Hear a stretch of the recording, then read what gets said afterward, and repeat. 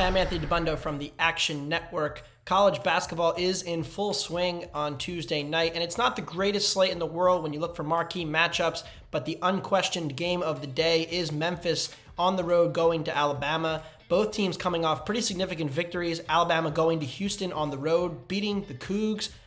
Memphis with a very impressive win over Auburn last week that kind of went under discussed after they just dominated the offensive glass. I actually like going against the Crimson Tide coming off that big victory. I'm going to take Memphis in the first half plus 4.5.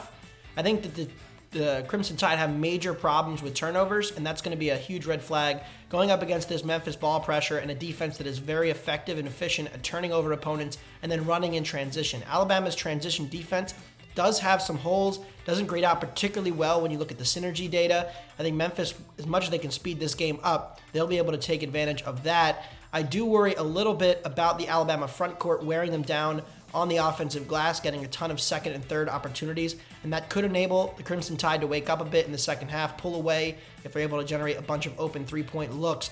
But the Tigers have the athleticism, they have the experience, and this is a good spot to sell off Alabama following the huge victory. A bit of a sandwich spot for the Crimson Tide. Yes, it's Memphis. I don't expect Alabama to necessarily overlook the Tigers, but coming off the win against Houston with Gonzaga on deck, the Crimson Tide are in a bit of a gauntlet right now. I think that Memphis might catch them sleeping early. So I like the Tigers plus 4.5 in the first half.